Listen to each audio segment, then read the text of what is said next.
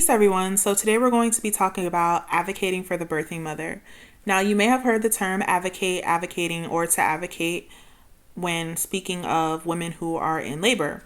So, what does advocate actually mean? So, according to the Etymology Online Dictionary, the official definition for advocacy is the act of pleading for, supporting, or recommending. Now, birthing mothers need advocacy during labor and birth, whether they know it or not. During the labor process, there's so much going on that the birthing mother may be gone in her own personal zone, just trying to focus on bringing baby earthside safely. This is when she definitely needs a strong support person or people in the delivery room to help her make sure that nothing's done to her or with her that she doesn't agree with. Even after birth, she'll still need advocating. Mama's on cloud nine, she has her new baby, and she's just been through a lot to bring baby here.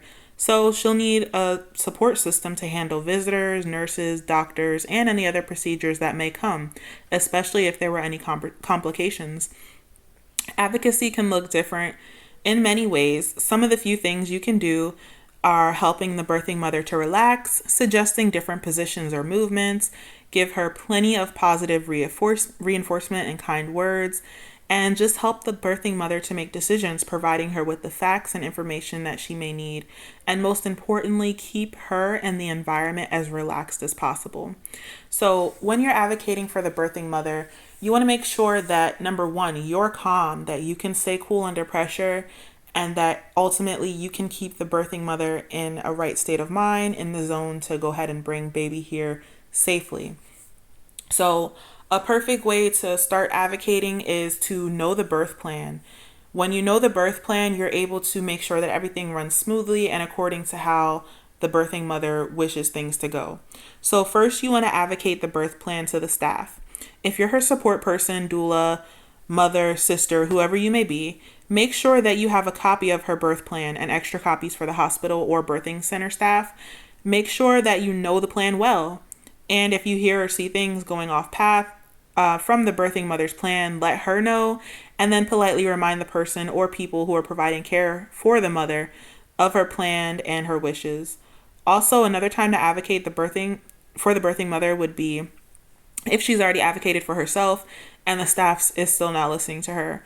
Again, just make sure that you know the plan if you're going to be in the labor and delivery room with the birthing mother. Again, I understand that, having a baby is a very exciting time and people want to be around to see the baby. But if you're not going to be here to support the birthing mother during her greatest time of need, then respectfully, you should not be present and you can see the baby once he or she is born. So a perfect example of advocating for the birthing mother would be if the birthing mother says that she would not like for medical students to perform any type of procedures on her because she had a bad experience previously where a med student did some performance on her and she didn't like it, so she just wants to avoid it altogether this time. So you have that in her birth plan for her, and you let the hospital, birthing center, whatever know ahead of time that, hey, this is mama's wishes. She had a bad experience last time. She doesn't want to do this again. They acknowledge her wishes and they pass along the birth plan. So let's say mama has to get a epidural.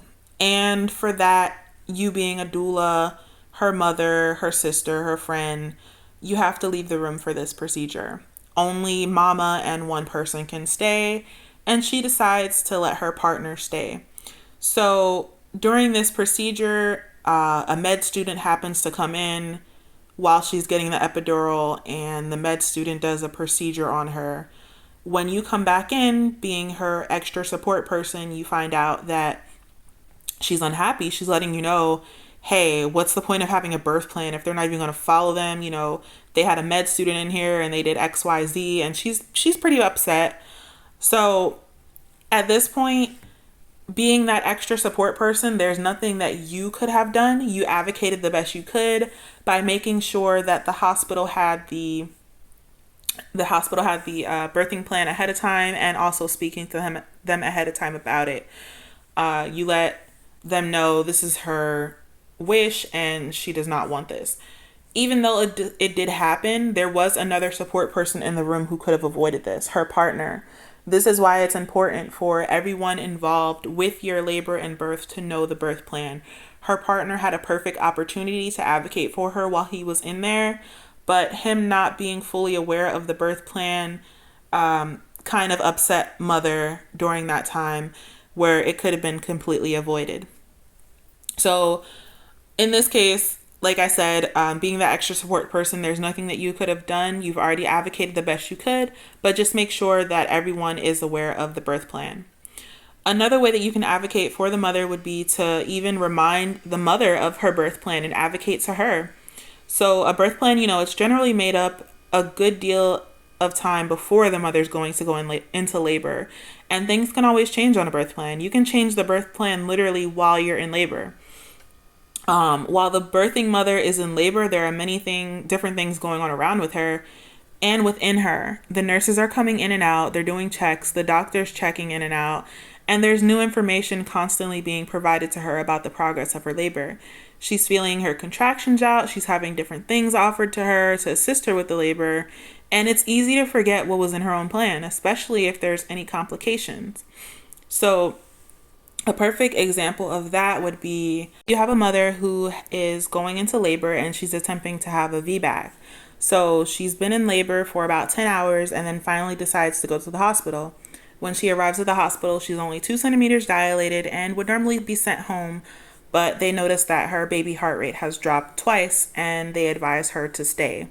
So the mother originally had in her birth plan that she would like to be able to walk around freely, change positions, and use this to help assist labor progress. Since it's been discovered that the baby's heart rate has dropped, she's put on an EFM monitor and placed in bed. So she's complaining to the doula how she's having back pains with her contractions, and they seem to be worse because she's lying down. She really wants to just walk around and stand up to try to help ease these contractions. So her doula tries to advocate for her. She goes to speak with a nurse and asks if the mother can walk around and attempt different positions, but the nurse shoots her down. The doula explains to the mother, hey, we can't do this right now. And then the nurse comes in and explains as well. So when the nurse comes in, the doula tries attempt number 2. And she asks, can we have a wireless EFM monitor, change positions in the bed, or at least sit on a birthing ball, even just standing by bedside, doing some squats or lunges. The nurse shoots the doula's request down again, saying that the mother will be changing rooms, and when she changes rooms, that she can request these things in her new room. So it takes about an hour for the mother to get a new room. During this time, she's still laying in bed, having painful contractions, and just going through this back labor as well. So once she gets a new room, the doctor comes in to tell the mother that, hey, you're most likely going to need a C-section. You're only 2 centimeters dilated.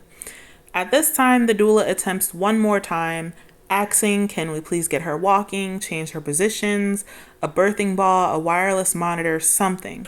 So they provide her with a birthing ball, and that's all. When the doctor leaves the room, then a nurse comes in giving more information. Then the nurse leaves, the doctor comes back and mentions, hey, that C-section, we're most likely going to have to do it. So what do you want to do? At this point, the mother is just being overloaded with information. And she's only been in the hospital for about 4 hours now. She hasn't been able to work with her doula, and she's softly being pushed into a C-section. The doctor is basically telling her that since you're only 2 centimeters dilated, you're not going to have the best outcome if you keep laboring like this. And we're going to probably do a C-section anyway. So I can just do it now before I leave for the end of the day. Or you can just do it later. It doesn't really seem like an option at this point. The doctor has pretty much made it clear that she's going to get a C-section, even though it hasn't really been attempted to do anything else. So her doula reminds her of her goal of a VBAC and that she's more than willing to try if the birthing mother is willing to try, and that we're still at the beginning. So at this point, the mother keeps repeating the doctor's words and just seems to be shaken, and she softly accepts the C-section. In this case, the doula did advocate as much as she could, not only with the staff, but for the mother to the mother as well. In the end, really, you just want to do your best to keep the mother in mind at all times. Do not take the first no. Do not be satisfied with it. Politely try again. At least try 2 to 3 times if the mother is very uncertain. Reassurance definitely goes a long way. Be very reassuring and know what you're talking about when you're reassuring the mother. Be firm in your statements, but don't be too pushy towards the staff and never be pushy towards the mother. Ultimately, you're here to provide comfort, you're here to make sure that everything goes smoothly, and to ultimately just reassure the mother. When you're advocating for the mother, make sure that you do everything you possibly can to make her labor go as smoothly as possible. Even if you cannot follow the birth plan 100%, just keep reassuring her. Give her a positive word, give her a positive touch, hold her hand. If you hear her complaining, oh, this bed's really uncomfortable, I can't wait until this is over, just be like, hey, let's go for a walk. Let's do something. Let's get a change of scenery. This could help labor progress and help her feel more relaxed as well. Just make sure that you're listening to her, listening to staff, and ultimately being there for her 100%. That's what you are here for. So I hope that this helped in learning a little bit how to advocate for the birthing mother. And I'll have another video on how to advocate and what advocacy looks like. I hope you guys enjoyed. Peace.